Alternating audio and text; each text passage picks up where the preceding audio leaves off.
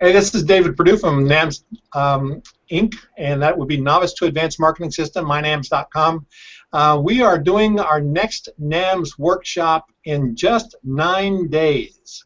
So we're getting prepared for that in a big way. And one of the things that we do at the workshop is a 3-day event that is Friday, Saturday, and Sunday, but we bookend it with additional specialty and in-depth training.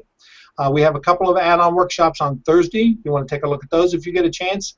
And we have an add-on workshop on Monday that is our big 4-hour in-depth workshop with a special teacher that we bring in from the outside to make sure that we get the best training we can on these. And this time we brought in Memel, who is a Hollywood performance coach. And I'm really excited to see what Steven's going to do for us in 4 hours, because I saw him work at another workshop in about 90 minutes, and he did some transformative education and experiential activities that really transformed a couple of people's on-stage presence. Now, these were people who were trying to present a PowerPoint in front of a room, and he helped them be able to do that with a lot more impact. So, Steven, welcome. I'm really glad you're here. Thank you for doing this. Thank you, David, and thank you for having me at NAMS. I'm very excited to come and see the whole weekend, and then certainly excited for our workshop on Monday, no question. Well, I think you'll be impressed with how we handle NAMS, because it is a 5-ring circus. It's a lot of chaos, but it is managed chaos. So I think you're going to enjoy that. We try very hard to make sure that we get everything moving on time. That's the biggest thing for us. It's got to start on time, or it just gets all out of whack. So you'll see how we operate this, and I think you'll enjoy being part of this family too. Absolutely. Well, you know, I got to do some of the other hangouts with you in the week preceding, and I was just so impressed with everybody who was on the hangouts, and their knowledge and their clarity, and one of the things that people continued to talk about was just what a great family and experience NAMS is. Yeah. And, it's not a plural. Yeah. You know, trickle down. So it comes from the top down. So thank you for bringing me in. You bet. So, you know, tell people what you've been doing and what your experience is. I've had a very, very interesting career, and I've been very blessed in a lot of ways. I started out as a performer myself. I had the dream, and I did a lot of different disciplines, and you know, everything from making music to acting to singing to doing film, stage. I even did a bit of animation, voiceover, cartoon stuff, which is, I'm still trying to get a hold of that. It's very funny when you see it. But and then what happened was a lot of people started liking what I'm doing and asking me how I got there and what I did, and would I teach them, and so it moved on into coaching, and you know, it just was one of those things that kept coming on, and I got very fortunate and got to work with some high-level people. Like when I was 23, I was working with Lauren Bacall when she was doing Woman of the Year on Broadway. Wow. And yeah, that was pretty exciting, and she'd call me her little star. I got some interesting Lauren Bacall stories. She was a character, no question, and a guy who many people won't necessarily know who he is, but if you saw, his name is John Woods, and not James Woods, that actor, John Woods. He won the Tony for playing Salieri in Amadeus on Broadway. And then he was the old guy in Chocolat, that film that came out. And, oh yeah, I love that. Yeah, so that was great. And but back and forth between performing, and then ultimately the coaching thing and the teaching thing just kept chasing me down, and so I yielded and went full time, and ended up getting to worked with people like Adam Levine from Maroon 5, and actually all the people in Maroon 5, really, and Drew Barrymore, and got to work on all the Alvin and the Chipmunks movies with I see them in the Justin background there on Long. the wall. They're on the wall, yeah, with everybody signed. I got Justin Long's signature up there. And yeah, you know, those names are great, and that's terrific, and I think anybody who's honest is going to tell you names build their business, but they're not the bulk of their business. It's like anything else. You get the names, it raises your status and your authority, and you know, you get more names as it goes along, but you get also a lot of people at all different levels. So that's the kind of where I was in the entertainment industry, but I created something called the Science of Switching On, which is what I call it is a no-fail formula. No, nice. We like those. For entering your can't-fail zone. Mm. And it really is that. From my own personal journey, which I will talk more about in the workshop, I discovered these essential components to being able to access the best of your talents and abilities. And yes, that's in communication and in speaking and in connecting with people, and presence is a huge part of that. But it has applications for literally everything you do. And though I created it in the arts, I always had the intention of moving it into working with a wider demographic. And so I've expanded over the last number of years into I've worked with CEOs of multi-million-dollar companies. I've worked with entrepreneurs, a lot of very successful people, coaches, experts.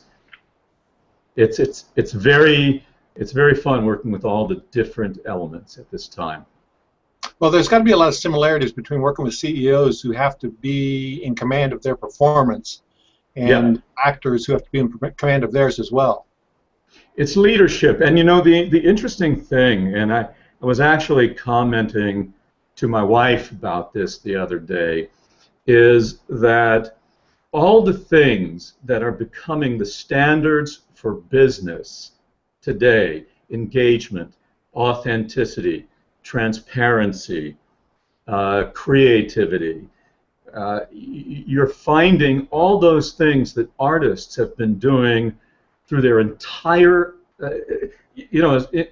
time immemorial, and now it's becoming this whole world where everybody has to embrace those same skills. And I guess I was a little ahead of my time, because one of the central concepts of the work I do is that there's only one art. That art is you. Mm. And the rest is just relating to a particular channel that you have to build, kind of like your distribution channel of you, and whether that's copywriting or whether that's sending you through video, like most people have to do today, and giving a sense of being present and a sense of being authentic, because people can smell that inauthenticity, and they can smell fear. I mean, wouldn't you agree with that? Absolutely, absolutely. You know, can I tell you a quick story that was a big change for me? Sure. It's been a change over 40 years. But my first business I had when I was 26 or 7. I came right out of college and bought a newspaper, and I was going to go to the radio station and record ads at the radio station in this small town. And I heard my voice for the first time in recording for an ad, and I got up and walked out. I just could not stand the pressure that I felt for my own performance, right? Yeah. And now with Google Hangouts, I'm using this all the time. And somebody actually told me at a workshop last week in California that they've been watching my videos online, and they thought I had a good camera presence. And I thought, boy, that is a huge change. I mean, I don't know if it is true or not, but the idea that it could be true is that it's a huge change from where I started, and it really is about confidence and owning it. And I still don't own it. And so, we're going to talk about that a little bit. And I hope you're going to deal with that. I hope you're going to deal with me specifically in your workshop. I promise I will. Absolutely. Okay. But it's great. You really do have a great camera presence, and you seem very natural to me, and very. I only know one way to do it. Well, and that's kind of one of the many mythologies that we have circling around in our head that separate us from our best performance. And when I was thinking about the talk that we were going to have, and trying to really boil it down, because I just have so much to give, right. and so many things. What are the real seminal kernels that I could talk about today? And one of them is that enemy of self-judgment. But most people talk about self-judgment, and I get down to a whole different level about it. I get down to the perception of it. What the perception inside is versus the external perception, and I'll get back to that. But also why your self-judgment is not your enemy. It's actually your friend. Mm. And I never thought of it that way, but okay. Well, if you understand why it's there and what it's doing, then you can work with it. But if you've ever heard the saying, I'm sure you have, what you resist persists. Oh, yeah. And what most people do is they start judging themselves, and then they go to battle with their self-judgment about how stupid they are for being self-judgmental. Right. So they're judgmental about their judgmentalness. Is that you? Do you relate to that? Oh, absolutely, absolutely. Yeah. So how do you communicate the most important things and the best gifts that you have to offer when that thing is kind of circling around in your head? And it's not black or white. It's a matter of degree, because you get stronger and stronger in this as you practice the tools and strategies that I have for people to work with to access, like I say, this most powerful part of themselves on an absolutely dependable, consistent, repeatable basis. Right. I mean, most people hope that this day they'll be in the zone. What if you didn't have to hope? What if there was no other place that you could be but in the zone? Well, that'd be awesome. That'd be awesome. That's possible. That's possible. And for instance, and here's a very good example. When you were in that radio studio, yeah, you heard your voice, and you were horrified, right? Horrified. Been there, right? Done that. Yeah. And you ran out. But was it actually horrible, or was it your perception? I don't know. I probably perception, because they were telling me it was fine. But you took fine to mean. You took. Excuse me for interrupting, but you took fine to mean minimally acceptable. I did, right. I did.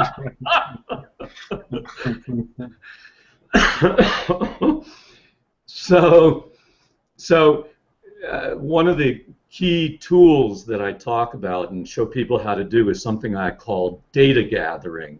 Uh-huh. And that's about really understanding this difference between what your internal experience is that you're sure is true and what people are receiving on the outside, and what a gigantic, monumental gap there can be between those two perceptions.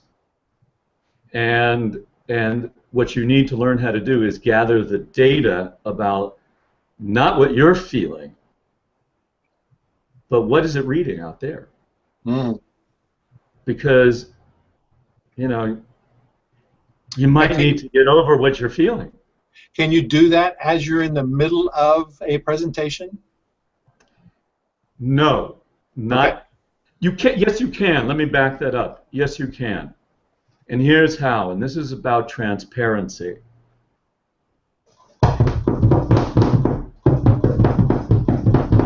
Well, that's interesting.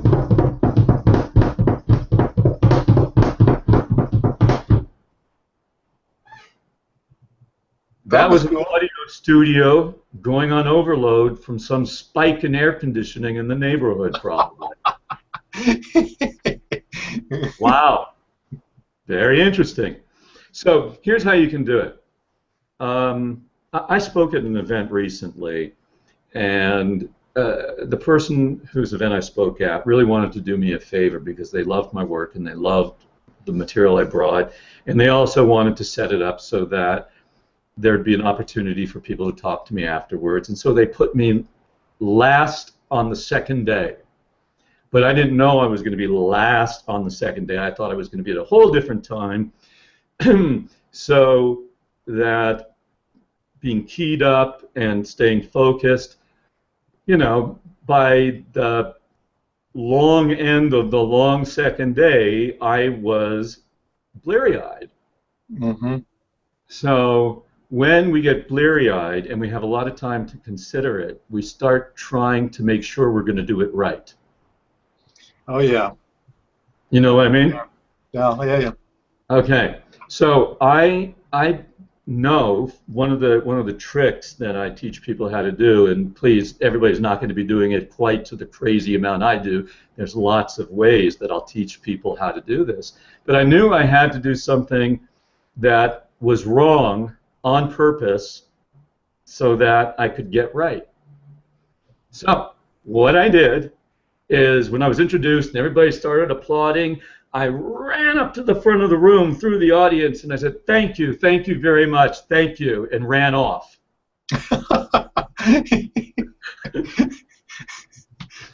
But I had no idea I was going to do that. I just knew I was going to do something. I was going to run on and do something. So, and that's spontaneity, right?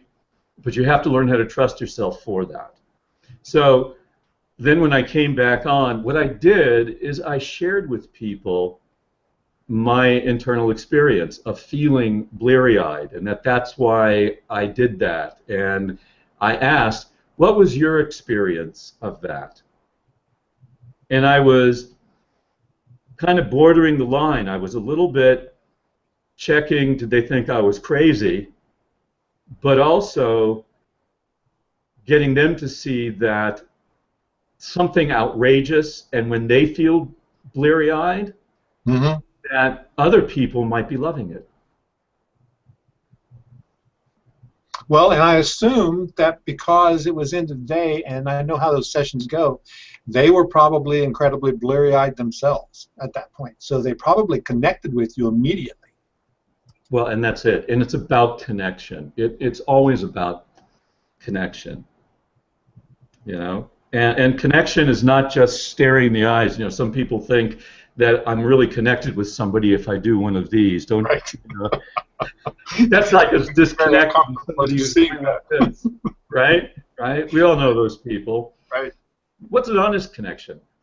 An honest connection is really realizing that there's some human inside that suit called their body that they're wearing.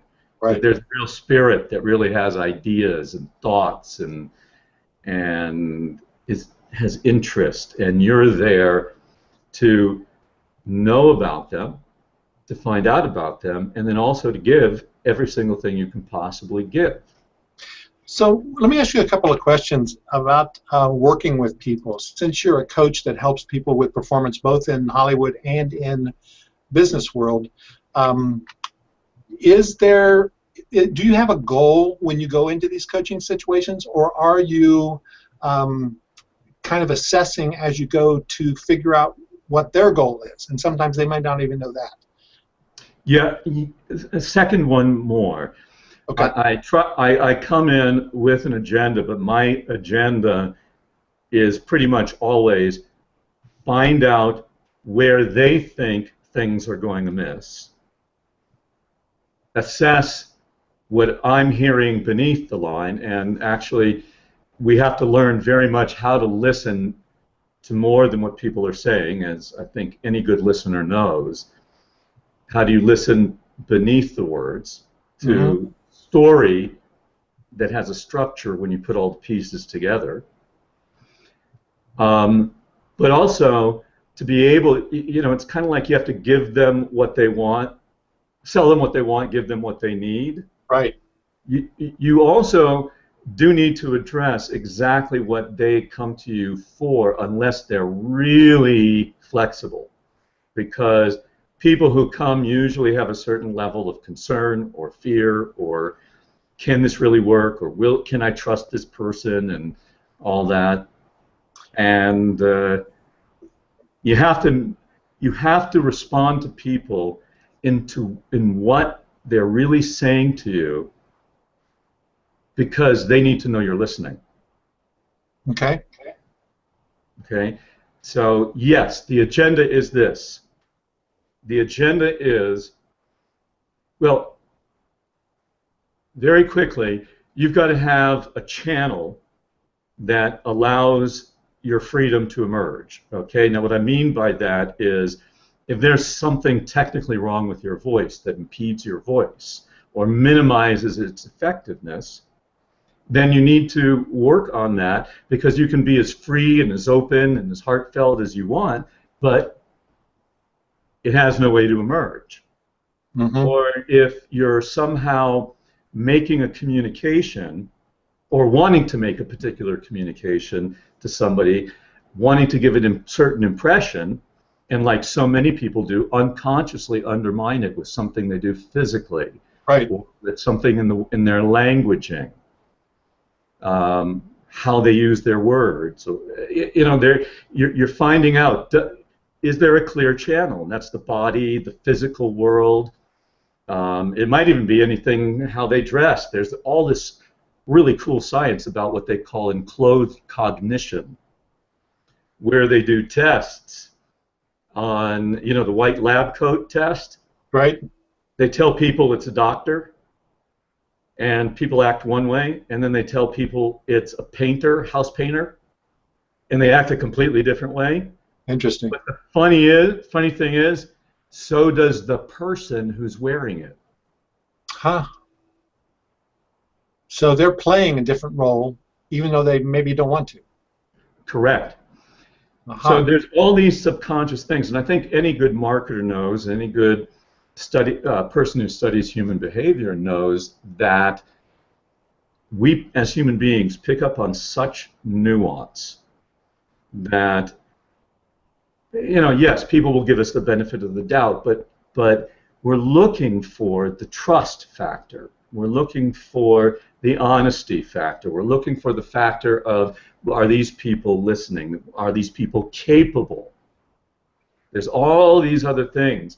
So if you're communicating lack of capability, or a nervousness, or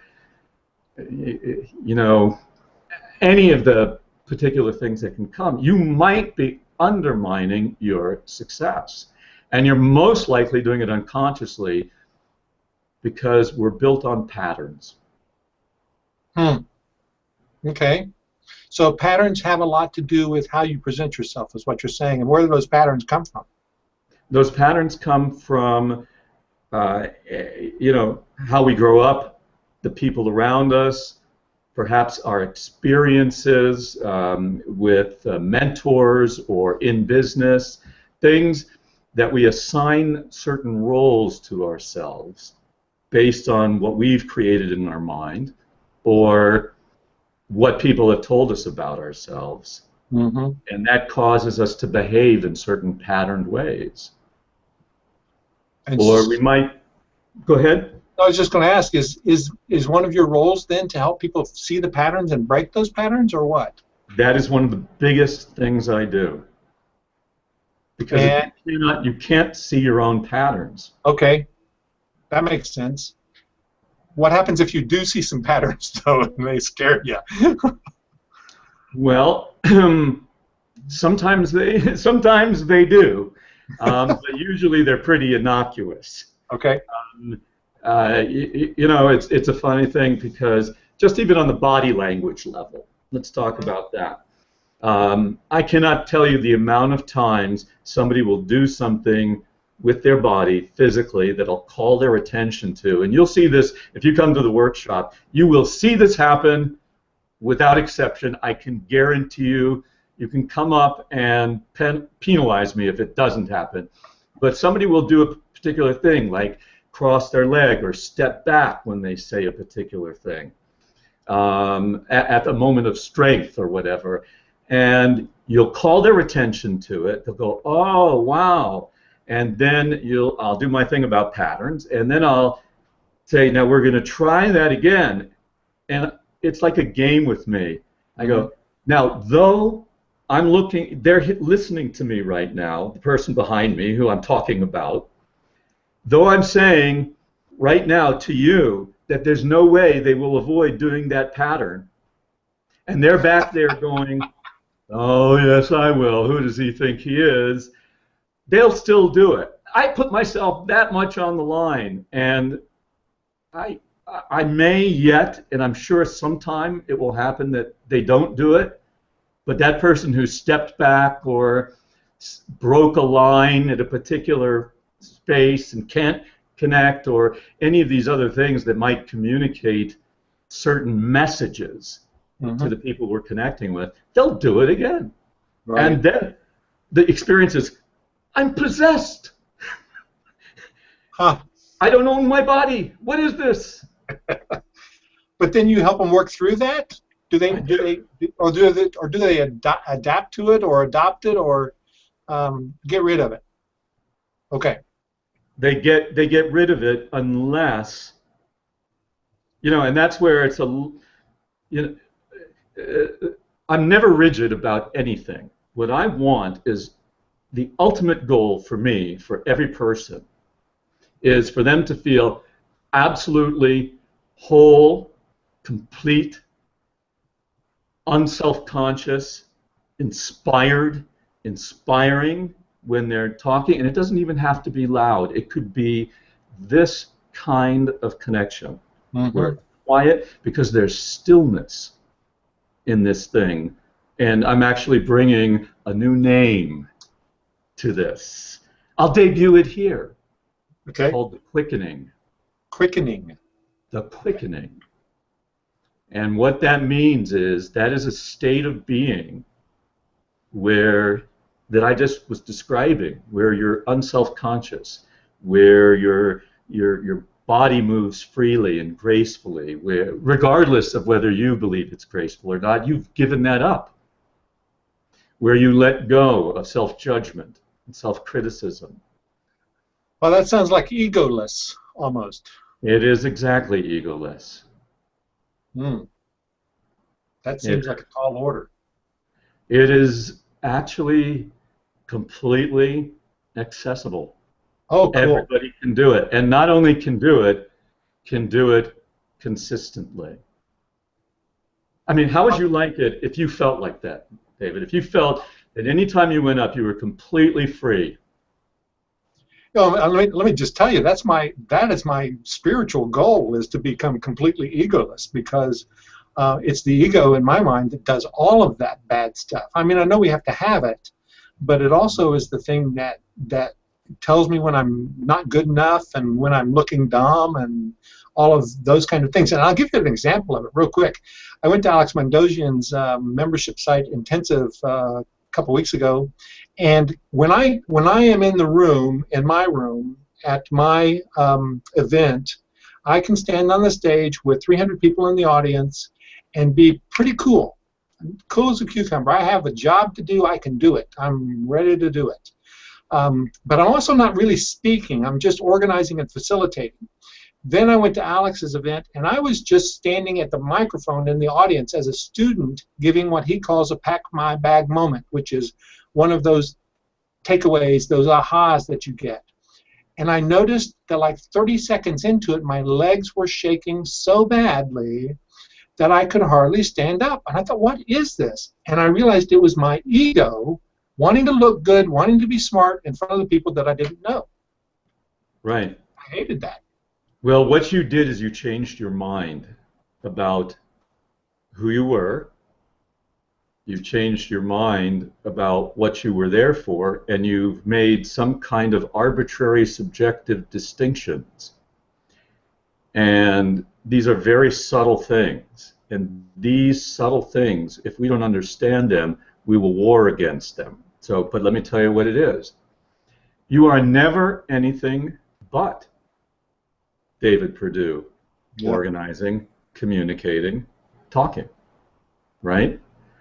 So you decided to stop being that or to be another role when you went to Alex's.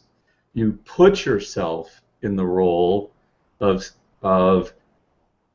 lower down student. You took yourself out of the role, and we'll talk about roles. Roles is one of the big transformative exercises I do.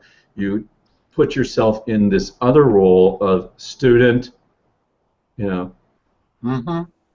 You could have gone there and put yourself in the frame of mind with practice and understanding what you needed to do, as if you were running this and you were interviewing Alex.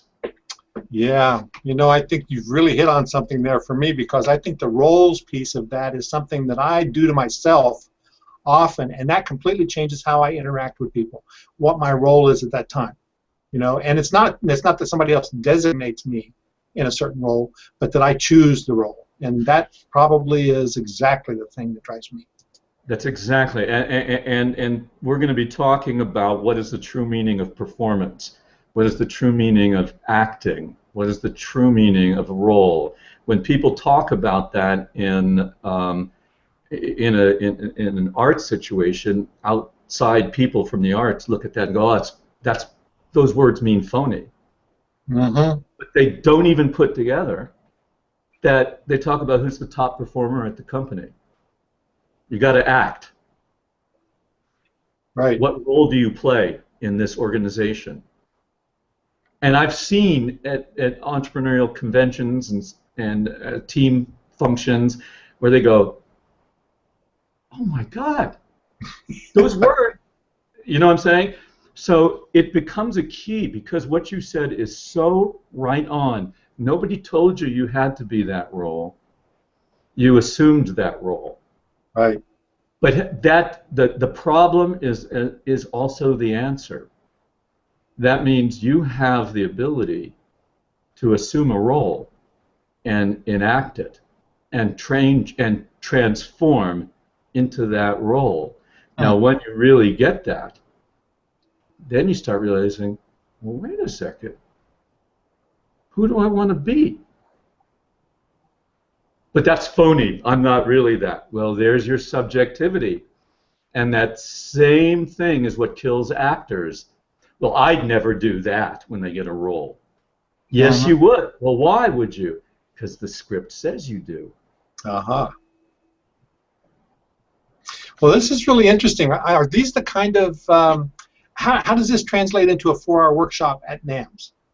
Well, because this is, you know, and I was going to ask you if we were doing, if this was the kind of information that is valuable for the workshop and for you in our interchange here, or do you want like kind of a little bit more of the details of some of the things that I'm going to be doing with the people?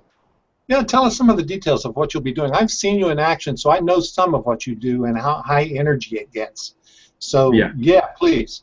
It's fun. We are going to, believe me, we are going to have a blast, but it is, like you said, this is not information. This is experiential. It's about transformation. If you're open to it, you'll come out of there just stoked, right? Well, and the other thing I want to say is that it's very physical. You work very hard on this. I do. I can see you working very hard on it. So take it away. Tell us.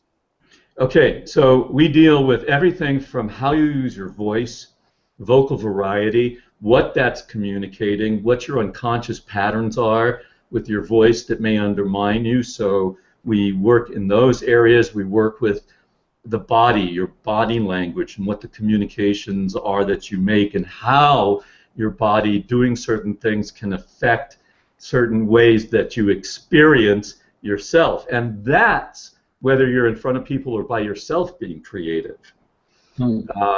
So we'll be doing those levels, working on, a very quick rundown is the 5 stages that we work in. One is the physical body, which like just talked about, which also covers environment. What are you aware of in your environment that may be hindering you or helping you, and how to set yourself up for success in those situations. Then we look at the mind, and we look at is what you're thinking, are the thoughts you're thinking undermining you or supporting you? And what to do about that? And are you clear with what you need to know and the skill level, and what assessments and what honesty are you making about these things? And that's where role comes into play a lot.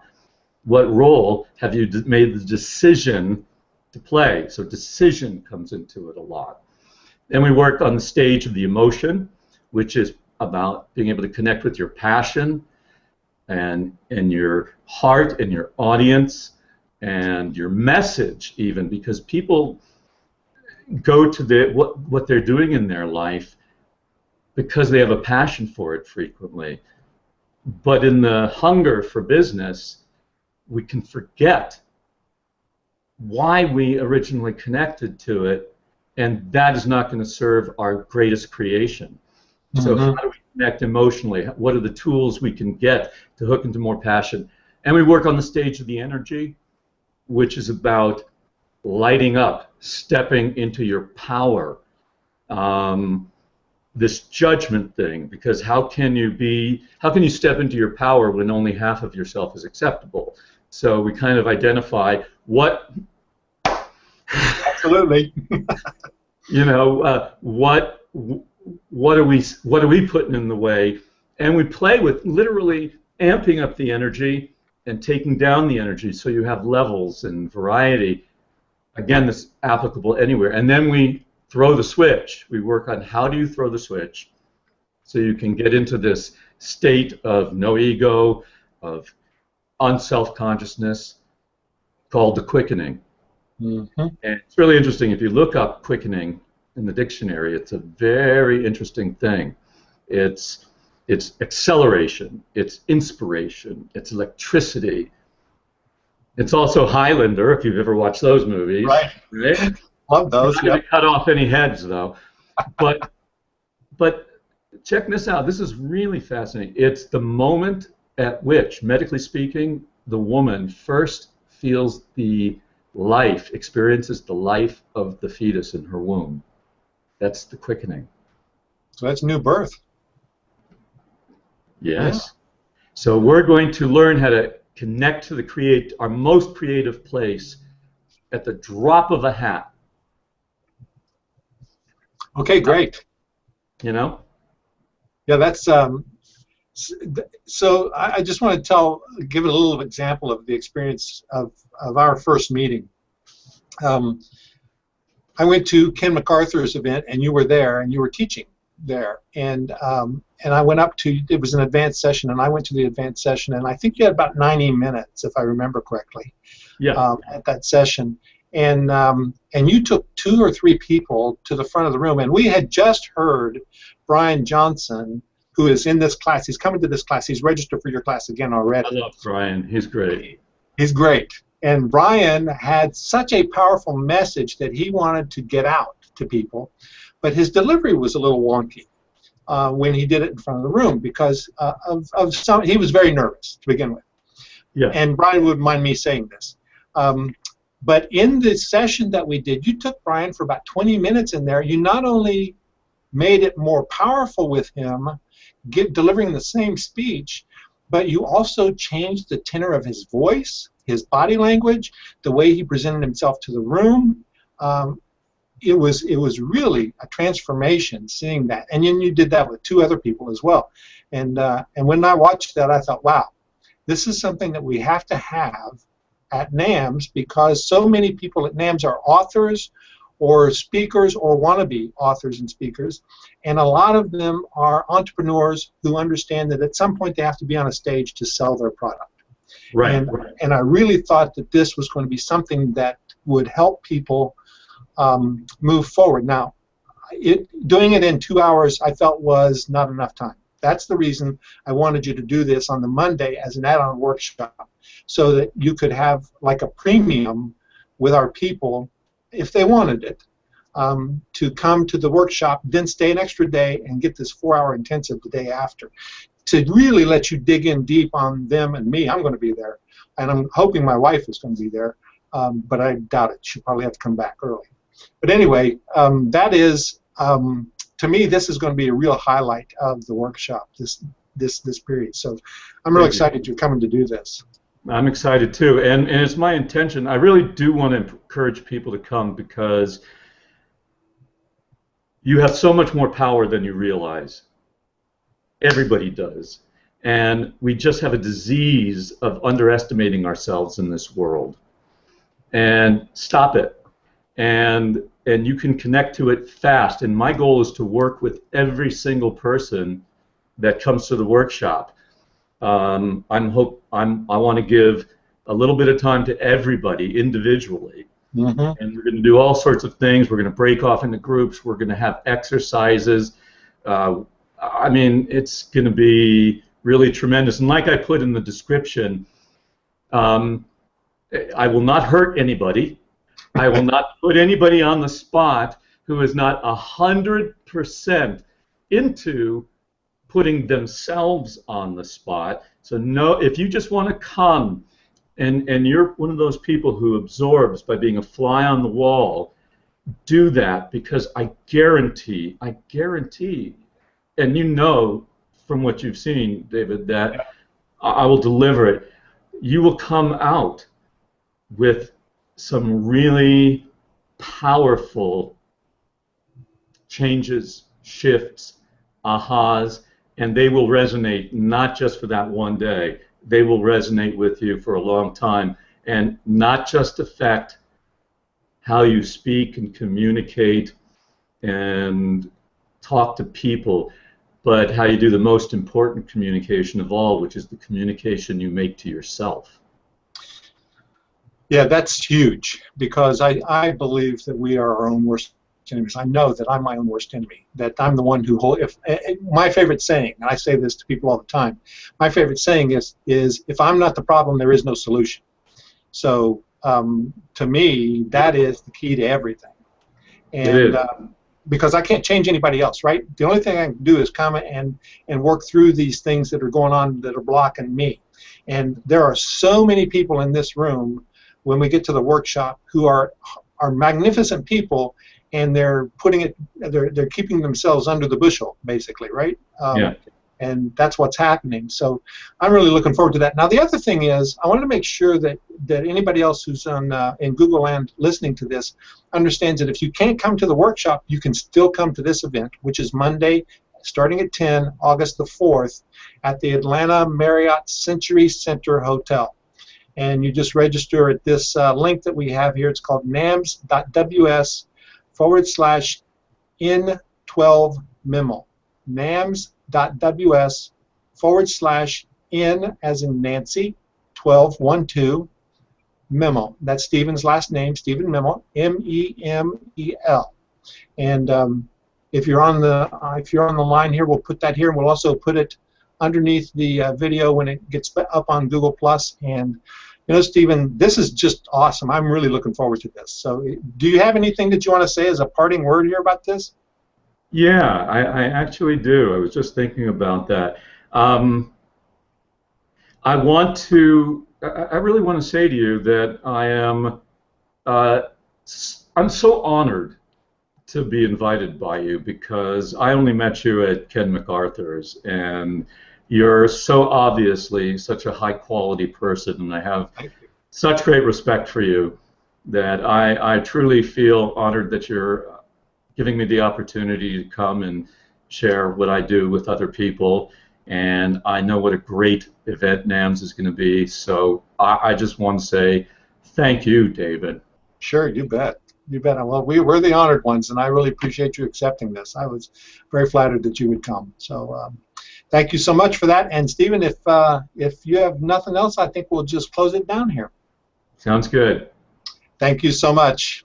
Okay. And you guys come again Monday, August the 4th. Come join us.